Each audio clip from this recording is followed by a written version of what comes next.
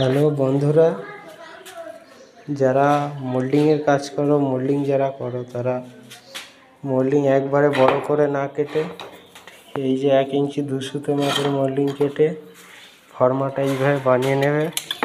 এখানে আটা দিয়ে পেস্টিং করা হয়েছে, এখানে রেখে এইভাবে মোল্ডিং করে নেবে।